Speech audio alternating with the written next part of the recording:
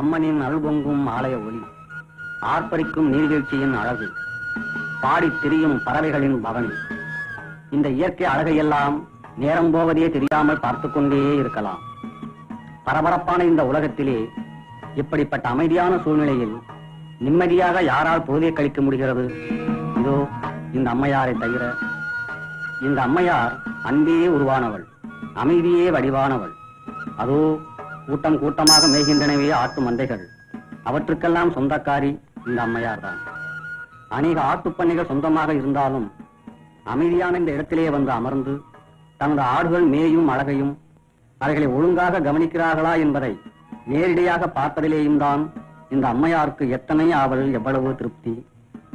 இந்த அம்மையாருக்கும் இந்த ஆடுகளுக்கும் உள்ள பிணைப்பு மிகவும் நெருக்கமானது.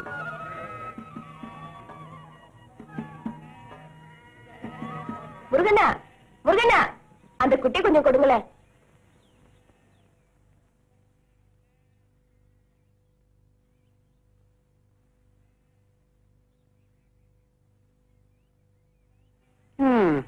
காலாகாலத்துல மழை மாறி பெஞ்சிருந்தா இப்பெல்லாம் பூமி நிறைஞ்சு பொன்னா வளைஞ்சிருக்கும். இதுகளுக்கும் வயிறார தீனி கிடைச்சிருக்கும். என்ன செய்யறது? எல்லாத்துக்கும் சாமி எல்லாம் துணை இருக்கணும். பூமி நிறைஞ்சிருக்கு, பொன்னா விளைஞ்சிருக்கு, சாமி துணை இருக்கு செம்மறியே, நமக்கு சாமி துணை இருக்கு செம்மறியே.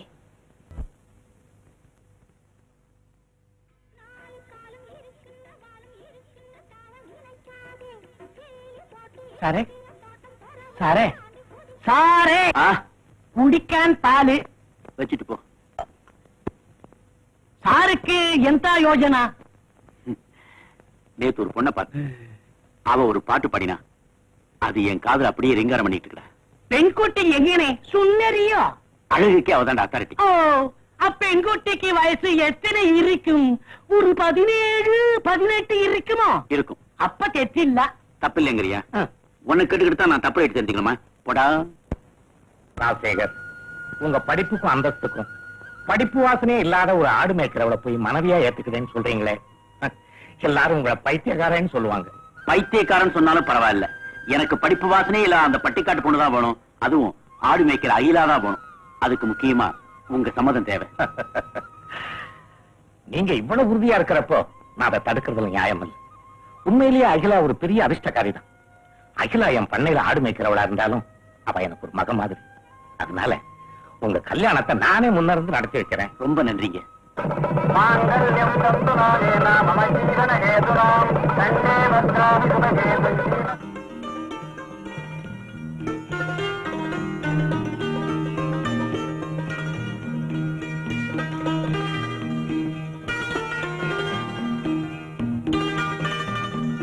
தாயே ஈஸ்வரி, இன்னைக்குதான் என் புது வாழ்க்கை ஆரம்பிக்குது. எங்கேயோ குப்பமேட்டுல கிடக்க வேண்டிய என்ன இந்த கோயிலுக்கு கொண்டு வந்திருக்கேன். அதெல்லாம் நினைச்சு பார்த்தா எனக்கு கையும் ஓட மாட்டேங்குது, காலும் ஓட மாட்டேங்குது. ஆனா ஒண்ணு, நீ எதை செய்தாலும் நல்லதுக்கு தான் செய்வ. அதனாலதான் உன் மேல பாரத்தை போட்டு என் வாழ்க்கையை ஆரம்பிக்க போறேன். உன்னையே நம்பிக்கிட்டு இருக்கிற எனக்கு நல்லதையே நடக்கணும்னு அருள் கொடுத்தாயே.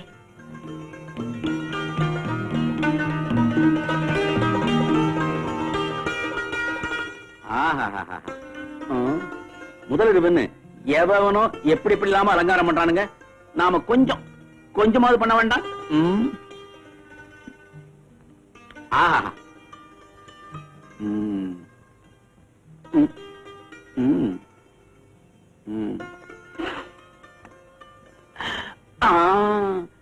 இதுல தனியா உட்காரக்கூடாது, ஜோடியா தான் உட்காரணும். ஹாய்.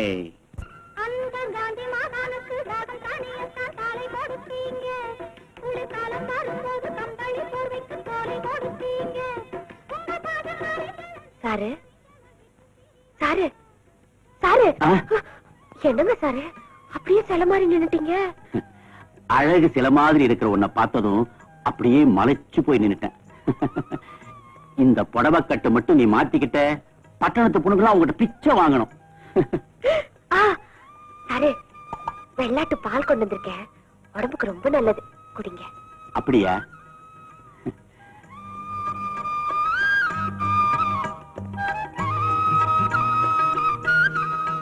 இது உனக்கு. ஐயா, நான் கொடுத்ததே ஒரு கிளாஸ், இதுல எனக்கு வேறயா? வேண்டாங்க சார். என்னது ஒண்ணுமே தெரியாதவளா இருக்கியே? வயிறு நிறையறதுக்கா இன்னைக்கு பால் குடிக்கிறோம்? பின்ன நம்ம வாய் இனிக்கிறதுக்காக குடிக்கிறோம், நம்ம பேச்சு இனிக்கிறதுக்காக குடிக்கிறோம். பேச்சு இனிக்குமா? எப்படிங்க சாரு? அப்படி கேளு, சொல்றேன் வா.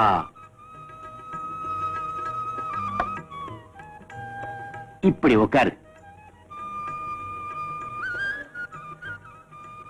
அகிலா, பேசு. பேச்சு எப்படி இனிக்கும்னு சொல்றேன். எதை பத்திங்க சார் பேசுறது? எதை பத்தி வேணாலும் பேசு. வந்து அன்னைக்கு நீங்க பாக்கல, ஒரு கருப்பாடு, அதோட கொம்பு உடைஞ்சு போச்சு சாரு. ஐயோ பாவம்.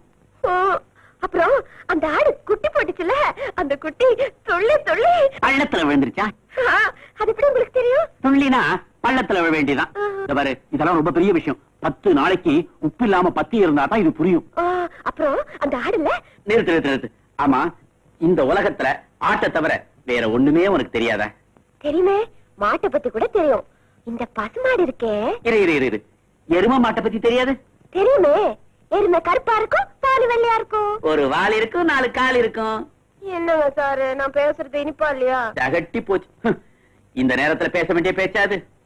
நீ என்ன சாரு பேசுறது? இத பாரு, இனிமே நீ பேசவே வேண்டாம்.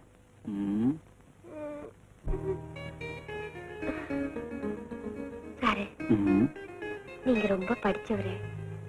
நீங்க நினைச்சிருந்தா எத்தனையோ படிச்ச பொண்ணுங்க உங்களை கட்டிக்க காத்துக்கிட்டு இருப்பாங்க. அப்படி இருக்க என்னையும் கட்டிக்கிட்டீங்க. கள்ளங்கபடம் இல்லாத பொண்ணு நீ, அதனாலதான் உன்னை கல்யாணம் செய்துக்கிட்டேன். ஆமா, உனக்கு இன்னும் தூக்கம் வரல? வரல சாரு. வெளிச்சிருந்தா தூக்கம் வராது, விளக்க அணைச்சிடுறேன். ஐயோ வேண்டாங்க சாரு, இருட்டாட்டா எனக்கு பயமா இருக்கும். நான் தான் உன் பக்கத்திலேயே இருக்கேனே. ஐயோ, என்ன சாரு இருட்டாயிடுச்சு? வேண்டாம் சாரு, விளக்கு போட்டுருங்க சாரு, விளக்கு போட்டுருங்க. சாரு சாரு ஏன் போர் அடிக்கிற? பின்ன என்ன நான் கூப்பிடுறது சாரு? என்ன சார் எல்லாம் நான் சொல்லித்தரேன். வேண்டாம் சாரு, விட்டுருங்க சாரு. என்னது விட்டுறதா? உன்னை சும்மா விடுறதுக்காக முதல்ல பக்கத்துல வாங்க. போதும் சாரு, விட்டுடுங்க விட்டுடுங்க சாரு. என்ன சாரு, விளக்கு போடுங்க, விளக்கு போடுங்க சாரு. வேண்டாம். மானினி வேணிக்கியா, மயிலினி வேணிக்கியா, மடுத்து மணி விளக்கு. எந்த சின்னமே எங்கள் சரிகற்ற பேகன் மாறி இருக்குங்க. சாரதான் மாத்தி விட்டாரு. சாரா அப்ப கொள்ளலாம். டிஃபன் ரெடி, ஞான் ரெடி, சார் ரெடியோ? சாரு குளிக்கிறாரு.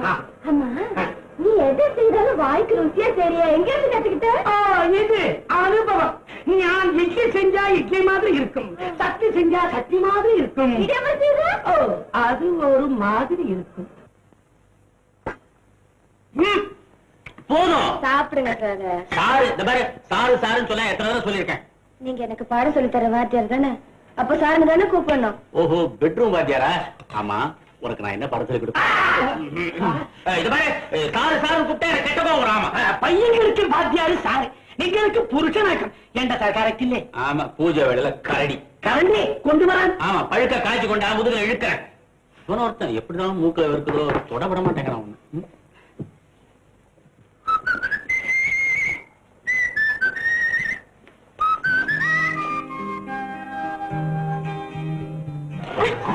என்ன சாரு, கூட்ட பாத்துட்டு போறோம். ஐயோ, அப்போ ஒரு பாத்திரம்ல.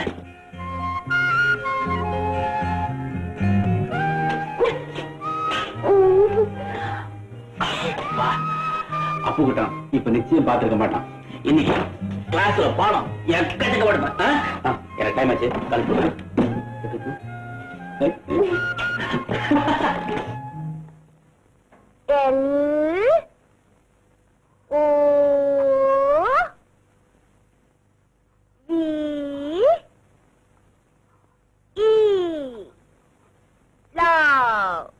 என்னத்த லாவ்?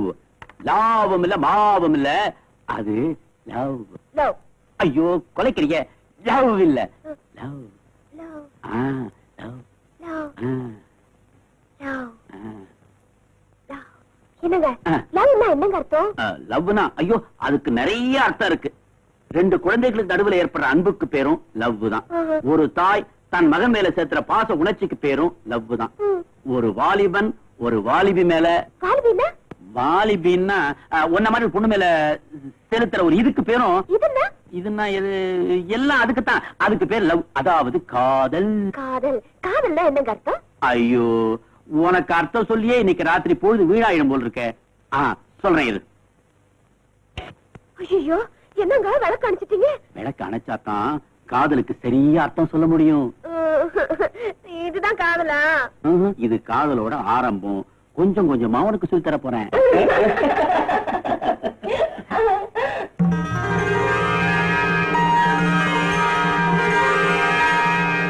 பாப்பா பாப்பா கதை கேளு, பாப்பா பாப்பா கதை கேளு, காக்கா நரியின் கதை கேளு, காக்கா நரியும் கதை கேளு, தாத்தா பாட்டி பறைஞ்ச கதை, தாத்தா கதை, தாத்தா பாட்டி பறைஞ்ச கதை, தாத்தா பாட்டி கலந்த கதை, பறைஞ்ச கதை, கலந்த கதை, அம்மா அப்பா அரைஞ்ச கதை, விடிஞ்ச கதை.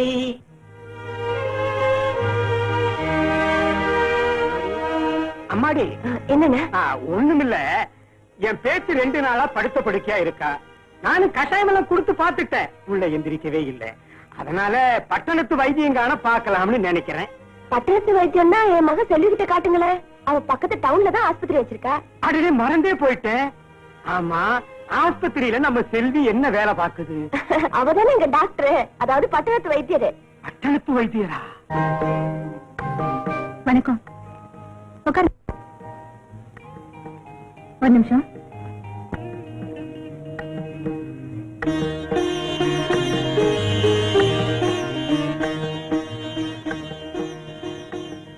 என்னங்கம்மா, ராத்திரி நல்லா தூங்குனீங்களா? தூங்குனம்மா, ஆனா உடம்பு வலி தான் இன்னும் அப்படியே இருக்கு.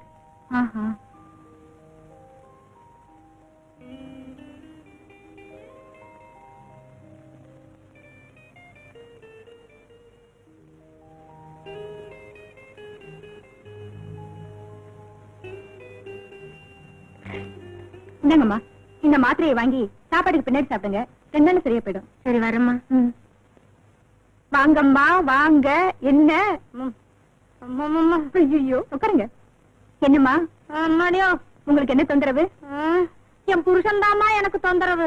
என்னது, உங்களுக்கு உங்க புருஷன் தொந்தரவா? அது எப்படி? நீ சின்ன பொண்ணு, உனக்கு இன்னும் கல்யாணமே ஆகல. ஆனதுக்கு அப்புறம் தானே புருஷனுடைய தொந்தரவு என்னன்னு தெரியும். பாவி மனுஷனுக்கு நேரம் காலம் பகல் ராத்திரி எதுவுமே இல்ல. கண்ட கண்ட சினிமாவை எல்லாம் பாத்துட்டு வர்றது, வீட்டுக்கு வந்ததும் என்ன தொந்தரவு பண்ணி என் உசுரையே வாங்குறது. இப்போ உங்க உடம்புக்கு என்ன? நீங்க நல்லா தானே இருக்கீங்க? உடம்பு நல்லா இருக்கிறதுனாலதானமா வந்தது ஆபத்து. என் புருஷன் என்ன பார்த்து வர்ணிக்கிறாரு. ஒரு நாள் என்ன பார்த்தா ஸ்ரீதேவி மாதிரி இருக்கிறனா, அடுத்த நாள் ஹேமமாலினி மாதிரி இருக்கிறனா, அதுக்கு அடுத்த நாள் இன்னொரு அம்மா இருக்க சிலுக்கு சிலுக்கு மாதிரி இருக்கிறனா. அதனாலதாமா வந்தது எனக்கு இடுப்பு வலி. ஓ, அப்படியா? கவலைப்படாதீங்க, 2 நாள குணப்படுத்திடுறேன். என்னது 2 நாள்லயா?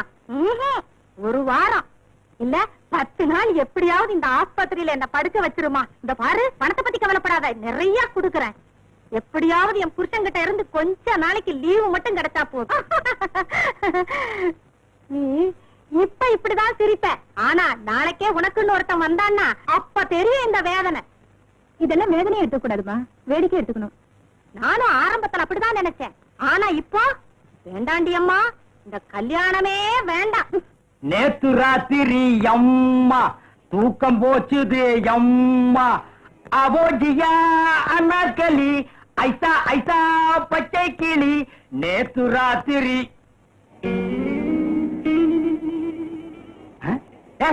என்னடா இங்க பாக்குறீங்க? பைத்தியம் இல்லடா, அங்க போலாம். என்னது பைத்தியம் இல்லடாவா? அப்படின்னா இவ்வளவு நேரம் என்ன பைத்தியம் நினைச்சுட்டானுங்களா? புலிப்பாலுங்கிற என் பேருக்கு பெருத்த அவமானத்தை உண்டு போயிட்டானுங்களே.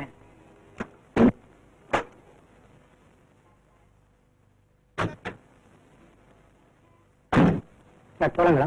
வேண்டாம், பாட்டு இன்னும் முடியல. பாட்டு முடிஞ்சதுக்கு அப்புறம் பசங்க எல்லாம் கல்லால எரிஞ்சு நம்ம கார்ல இருக்கிற கண்ணாடி எல்லாம் உடைஞ்சதுக்கு அப்புறம் போவோம். சரிங்க சார். ஏன்டா உன் மனசுல என்னதான் நினைச்சிட்டு இருக்கிற? சீக்கிரம் போடா, தியேட்டர்ல கலெக்ஷன் செக்அப் பண்ணும்னா ஏதோ ரிப்பேர்ல நடு ரோட்ல வண்டியை போட்டு போலாங்களா வேண்டாங்களான்னு ஜோசியமா கேக்குற அறிவு கட்டவன என்ன வண்டியா சரிங்க சார்.